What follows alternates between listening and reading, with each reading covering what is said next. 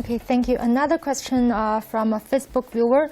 What is now the situation in China regarding the COVID-19? Could you answer the question?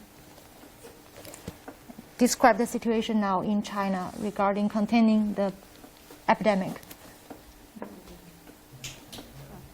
The domestic cases are now actually basically back to zero. What are we being alert now is for those imported ones from any other countries of the world. And we are also alert for the reoccurrence of epidemic, if possible, in China, because we are now on the way of back to work and schools. So I would say that we will keep two eyes on the two sources. One is imported ones, and the other is those who may have reoccurred in domestic regions. But what I think is most probable is that it will be kept at a relatively low level, but another huge outbreak would not be a much concern for us. I don't know if others agree. Yeah.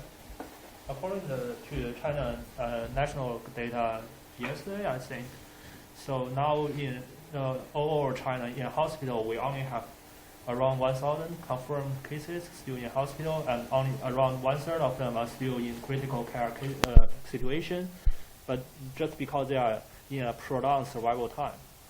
So we are expecting victory in a certain stage. I cannot say it's a complete victory in our nation. As just Dr. Chao mentioned, we still need to be alert for the imported cases. But in China, the situation becomes better and better. Now in China, some patients have been discharged from hospital with 2 times negative PCI. But after several weeks, the re-examination showed the PCI is positive. So we don't know this kind of positive means the patient also infectious or not. But we did find this kind of patient after discharge from the hospital. The patient, the PCI gets positive. So now we still pay special attention to this kind of patients to accumulate the cases of this kind of patient. Whether this patient, this kind of patient will infectious to other people, but we still no specific answer. But we still very alert by these kind of cases.